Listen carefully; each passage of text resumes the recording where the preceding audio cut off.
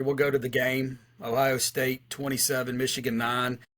Before we get into this, I'll just say the catch, no catch that Ohio State got in the end zone, that was not a touchdown. And we have instant replay to fix that, and they still can't fix it.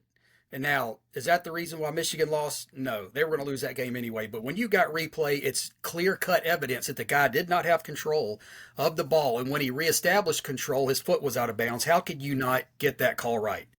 Anyway, let me move on. Let me get off my soapbox here. Boss, what you got on this one? Man, Michigan's bad.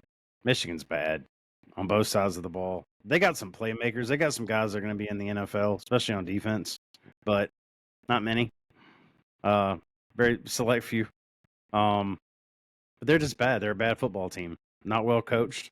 And then there's Ohio State, which is, like I said, blowing the doors off everybody all year long. I thought Michigan was going to make a game of it early on.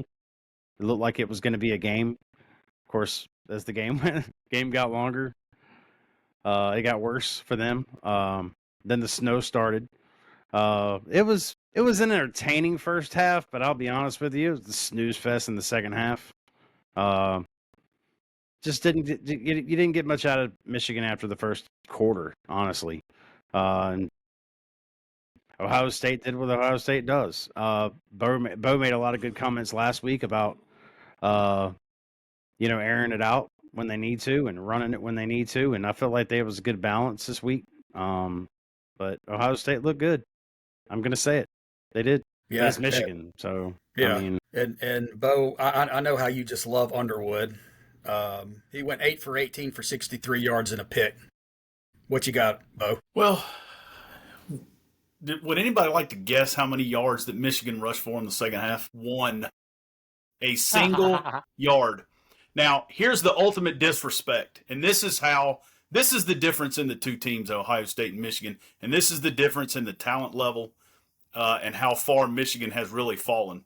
Michigan inflated themselves by beating some really bad teams this year. They really did. They played one quality out of conference team, Oklahoma. They got smashed. That game wasn't even close. And in that game, the ultimate disrespect, there was a 2nd and 5 that Michigan had, and there was in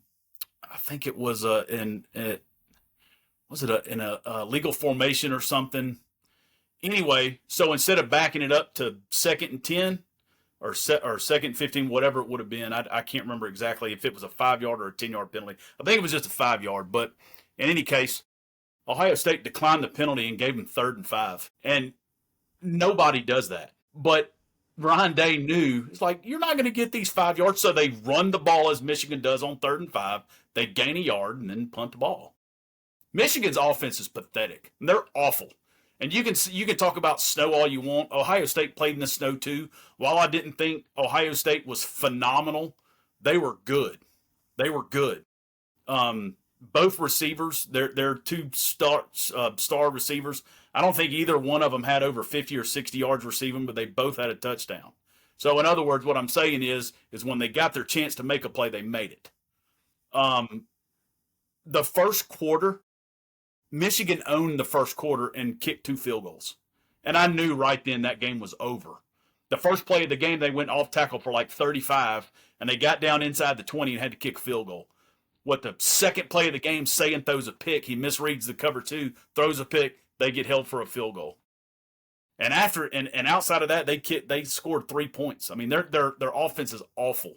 Like you said, Chad, Underwood was like 8 of 18 for 63 yards, and that's not the first time that he's had a game like that this year, where he's thrown no touchdowns and he's had more about as many or more incompletions than he's had completions. I mean, it was just awful. Their offense is awful. He cannot throw from the pocket unless it's an RPO. The only time he throws the ball if it's an RPO or he's on the move. I think that coaching staff is abysmal. Now, I will say this. The only thing that kept them in the game was Wink Martindale.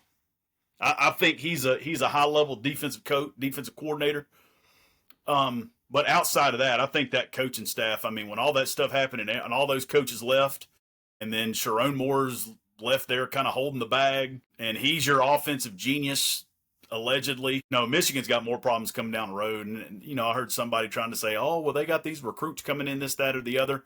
Well, until they can actually have a conventional offense, and what I mean by conventional offense, to be able to run and throw, to be able to throw from the pocket, to be able to actually run routes and to throw incomplete passes, this is more of what you're going to see.